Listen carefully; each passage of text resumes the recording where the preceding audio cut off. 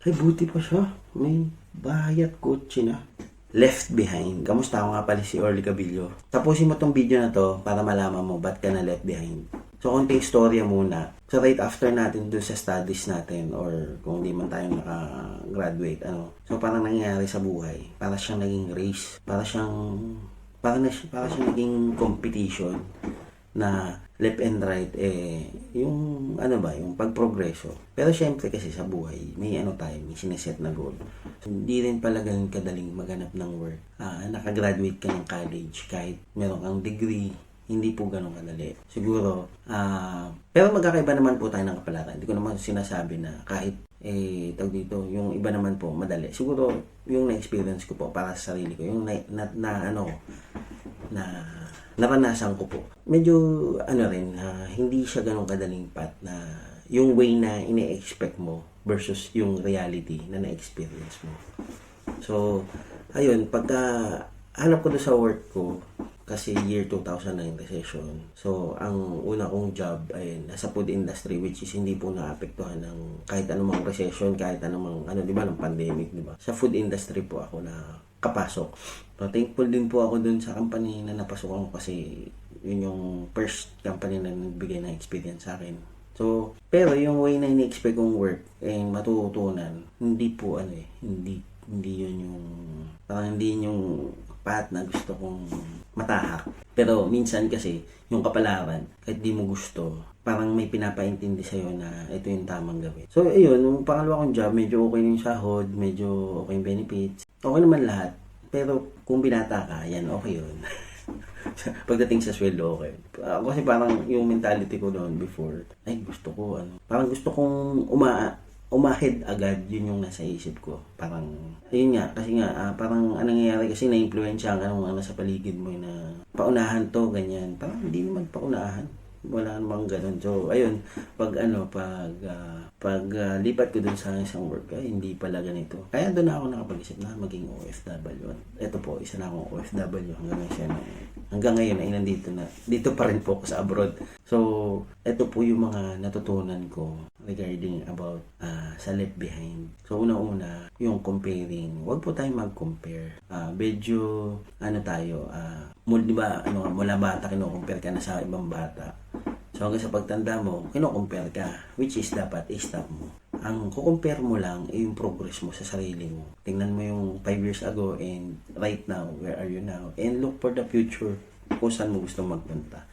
So, yun yung correct na comparison. Kino-compare mo yung sarili mo. So, ano pa yung mga basis ng ito yung mga kung ba't ka na left behind or sa tingin mo na left behind ka ay yung mga material things. So, actually, material things, fruit of your hard labor yan. So, if they have that one, you congratulate them and let's be happy for them. So, baka ikaw, hindi ka pa nag-work hard para magkaganon din. Kaya, po yan. Medyo, nangyayari kasi, dun, pag ikaw nakaramdam ng inggit sa katawan mo, parang masama loob mo kasi wala pang hindi mo dapat maramdaman. Dapat mong maramdaman ay maging masaya at i-congrats mo sila doon sa mga achievements nila. Kasi ikaw, baka nanonood ka lang, pinapanood mo lang ibang tao para pinapanood mo lang sila umunlad, ikaw sa sarili mo, hindi ka nagtatrabaho. So, yan yung mga bagay na pag-isipan mo, yung mga material things. Isa pa sa mga learnings ko na-realize ko about this left behind. Life is not about race. So, it's a matter of goal. So, di ba dapat ikaw nag-a-adapt ka through time kung ano pong nasa paligid mo, i-adapt. At the same time, we are here to solve problem. Ang problema, tingnan mo rin yung mga bagay-bagay sa paligid mo. Kung hindi naman problema pero ginagawa mo problema. May